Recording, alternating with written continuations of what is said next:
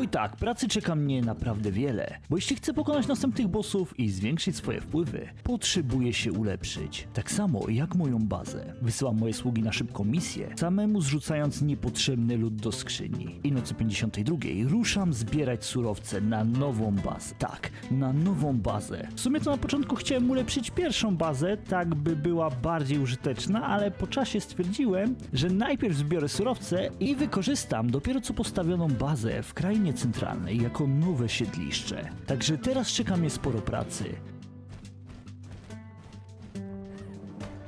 Poranek 54, pora wracać szybko do bazy, wrzucić wszystkie materiały do przerabiania. Swoją drogą zapchałem trochę te maszyny do pełna, ale tak naprawdę budulca będę potrzebował naprawdę wiele, więc nie marudzę. A cały przerobiony lód trafi do skrzyni w holu. I z nadejściem kolejnej nocy znów ruszam wydobywać cenne surowce. I naprawdę sporo czasu mi to zajmuje. Pracowałem bez wytchnienia, dniem i nocami, bo moja nowa baza musi być wielka. Ale tak szczerze to śmiesznie będzie, jak koniec końców nazbieram dość dużo surowców, a i tak mi braknie na jej budowę. No ale dobra, nie zanudzam i przejdźmy dalej w naszej historii.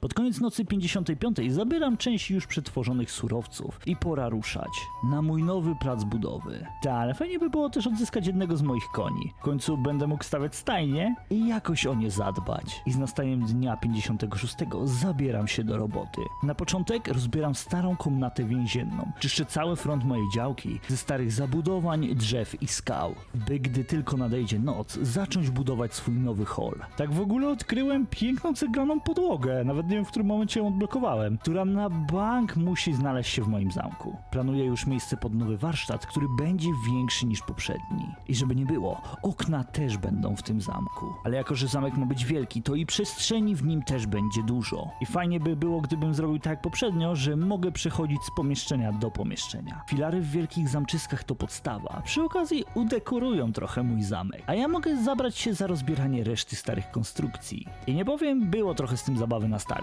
ponieważ nie chciałem niszczyć postawionych już stołów i narzędzi, więc musiałem je co kawałek przesuwać, kiedy chciałem rozbierać podłogę. Podwójna klatka schodowa fajnie będzie wyglądała. No dobra, jakby hol był troszkę większy, wyglądałaby lepiej, ale na ten moment niech zostanie tak. Tylko te ceglane podłogi w tym momencie jakoś mi nie pasują. Może z kamienną powinienem ją przemieszać? W sumie nawet wychodzi fajny efekt. I spokojnie, jeszcze przyjdzie czas na postawienie najpiękniejszej bazy w tej serii, także swoje propozycje możecie pisać w komentarzach. A my wracajmy do historii. Czyszczę prawą stronę platformy. To tutaj powstanie kuźnia, laboratorium i mam nadzieję, że zmieszczę tutaj też mini loch i skarbiec. Swoją drogą szkoda, że nie można kopać w dół, bo naprawdę te zamki wiele by zyskały. No ale dobra, pierwsza powstaje duża kuźnia, bo z tego co zauważyłem, maszyny robią się coraz większe, więc będę potrzebował dużych pomieszczeń. Tylko natrafiłem na mały problem. Bez ulepszonego serca zamku, to ja z rozbudową tego miejsca sobie nie poszaleję. Więc żeby nie tracić czasu, zapełniam nowy warsztat maszynami. Pod koniec nocy jeszcze szybko się pożywię i przy okazji okradnę pobliskich wieśniaków. Niech wiedzą, kto rządzi w tym regionie. No i bym zapomniał, musiałem jeszcze upolować kilka zwierząt. W końcu potrzebuję więcej skór i esencji do ulepszenia zamku, bo akurat tych rzeczy ze sobą nie zabrałem. Po powrocie zabieram się za wyrobienie niepotrzebnych mi skór i za rozbiórkę starej kuźni, a piece, które tam miałem, chętnie przeniosę do nowego pomieszczenia. Ulepszam serce zamku i mogę wracać do pracy. Pora na małe wampirze laboratorium.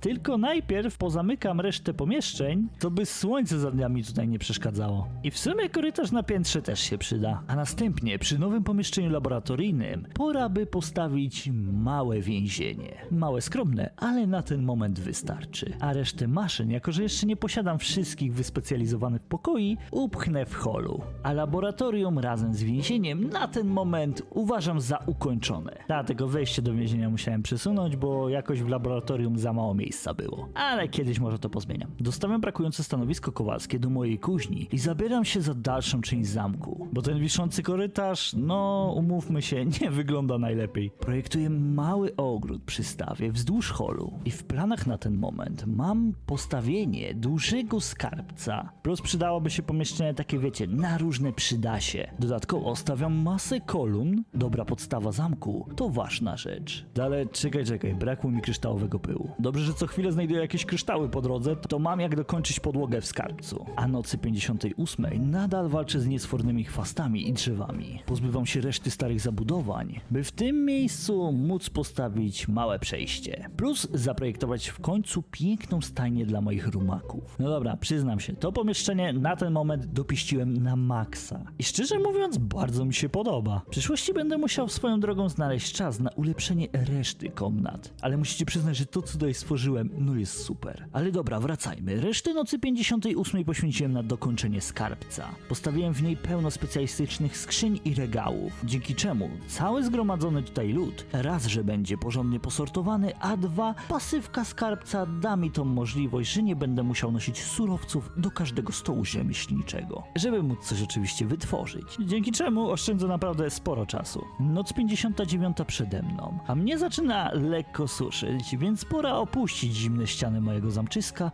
i wyruszyć na małą wędrówkę w poszukiwaniu jak najlepszej krwi. O, i robotnik z 36% krwią powinien się nadać. I żeby nie marnować czasu, jeszcze tej samej nocy przemierzam lasy i drogi, tylko po to, by wrócić do starej bazy. Zabieram z niej przetworzone zasoby, no bo wiecie, rozbudowa nowej bazy trochę trwała i maszyny miały dość czasu, żeby to przerobić. A na dodatek moje sługi zdążyły wrócić ze swojej szybkiej wyprawy. Przy okazji odblokowuję eliksir chroniący mnie przed promieniami słońca. I zabieram się do demontażu niepotrzebnych już mi sprzętów, jak i pomieszczeń. I tak szczerze, nie wiem po co aż tyle czasu na to poświęcałem, ale wiem jedno, kolejnym razem grając w V-Rising, od razu ruszyłbym do krain centralnych. Jak najszybciej. Chociaż swoją drogą tak naprawdę mogłem po prostu przenieść bazę, ale nieważne. Rozbieram resztę niepotrzebnych komnat i zbieram kolejną partię cennego budulca. Plus całą esencję krwi, jaką tutaj udało mi się też zgromadzić, chętnie zabiorę. Bo na ten moment rozgrywki mogę spokojnie podnieść jej jakość, bez problemu w laboratorium. I z powrotem wracamy do nowej bazy. Oj, coś czuję, że czeka mnie jeszcze kilka takich kursów. I szkoda też, że nie można ułatwić sobie tej zabawy wampirzymi portalami, bo byłoby zdecydowanie szybciej. Ale odstawiam konia do stajni i w pomieszczeniu tymczasowym decyduję się na postawienie maksymalnej ilości trumien dla moich sług. A, PS, jak coś, te konkretne trumny są z dodatku, gdyby ktoś pytał. No ale musicie przyznać, wyglądają dobrze. I z tą czerwienią prezentują się pięknie.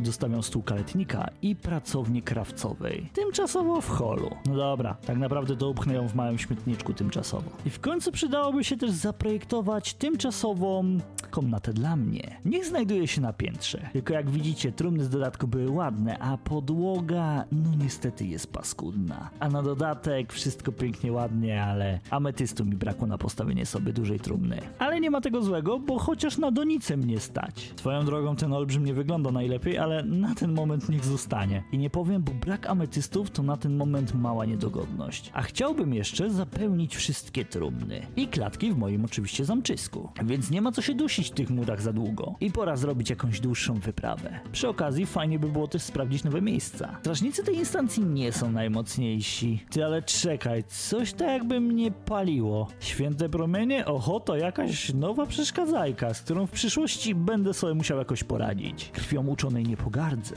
Ale tak szczerze liczyłem na jakąś 90 i niestety żadnej nie znalazłem. A święte płomienie zadają mi obrażenia cały czas. No gorzej niż czosnkiem. No ale dobra, nie ma co mi trężyć i tutaj zostawać. Ruszamy dalej. W końcu ametyst sam się nie znajdzie. I wiedziony wizją szybkiego zysku, postanawiam sprawdzić Bastion Doom Lane. Może tutaj bardziej mi się poszczęści. I nie powiem, bo dają mi odrobinę popalić, ale nie jest tak źle. Ale wadzi mi jednak brak przedstawicieli czystej krwi. Pokonuję przeciwników bez problemu i te 70% na pewno mi się przyda. Dobra, ale pora sprawdzić, co tam chłopaki ukrywacie w najwyższym punkcie bastionu. Jojojojoj, panu to chyba podziękujemy, bo ewidentnie na walkę z tobą muszę się ulepszyć w lepszy sprzęt. Następnie pokonuję kilku nieumarłych, co by zdobyć odrobinę grobowego pyłu. I pod koniec dnia 62 pora zacząć kompletować moją nową bojową ekipę. I pierwszy niech będzie zwykły trep. Także wskakuj maleńki do trumny.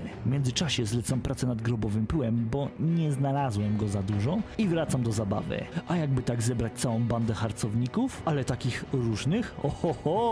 Ohoho, i się kolega nam nawinął. Sorry stary, ale ty idziesz od razu do klateczki. 91% to dość sporo. I dopóki nie znajdę setki, to się nadasz. I w sumie ciekawe, czy tamten patrol daleko odszedł. Wcale tak daleko nie zaszli. No to co, dawaj kolejnego do trumienki. A po kusznika to nawet daleko z domu nie muszę wychodzić. Nie no, tego się nie spodziewałem. Dobra, ale mamy już zwykłego trepa, tarczownika i kusznika. Jestem ciekaw, czy psa też mi się uda na sługę zamienić.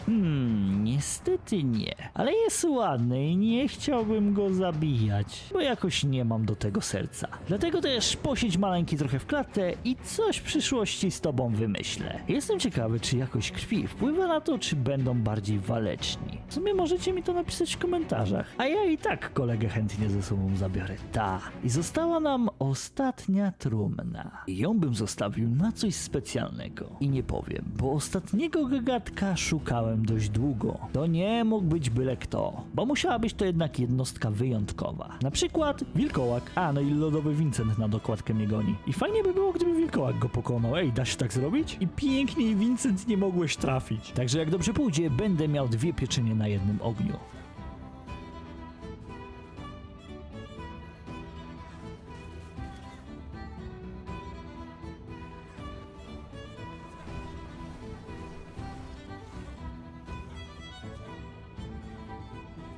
W sumie tego nieźle okłada, tylko żeby ten wilkołak mi nie padł. Dobra, zrobił odwrót, a my Vincencikowi mówimy nara i pora przetestować, czy da się uczynić wilkołaka moim sługą. Bo przejąć się go udało akurat. Ale czy do trumny tak ochoczo będzie chciał wskoczyć? No tego nie wiem. I uwaga, chwila prawdy i sukces, bo wlazł do trumny. Ale mamy tutaj mały przerywnik. Bo widzicie, w ostatniej chwili, kiedy wkładałem mojego wilkołaka do trumny, nie zauważyłem, że nazwa z wilkołaka zmieniła się na wieśniaka, więc niestety trochę lipa. No ale trudno. Nowe sługi już powstają, a ja czasu nie tracę i wytwarzam kamienie udręczonych. Sortuję zasoby i już po chwili mogę postawić oko Mortium, które pozwoli mi wyszukiwać rajdów na mojej mapie. I poinformuje mnie, jak jakiś się pojawi. W sumie przydatne jak grasz multi. Na singlu nie wiem, czy mi się to aż tak przyda. No ale dobra. Mi nie pozostaje już nic innego, jak na ten moment wrócić do starej bazy, zabrać kolejną porcję fantów i z nastaniem dnia 64 ruszyć ku nowemu.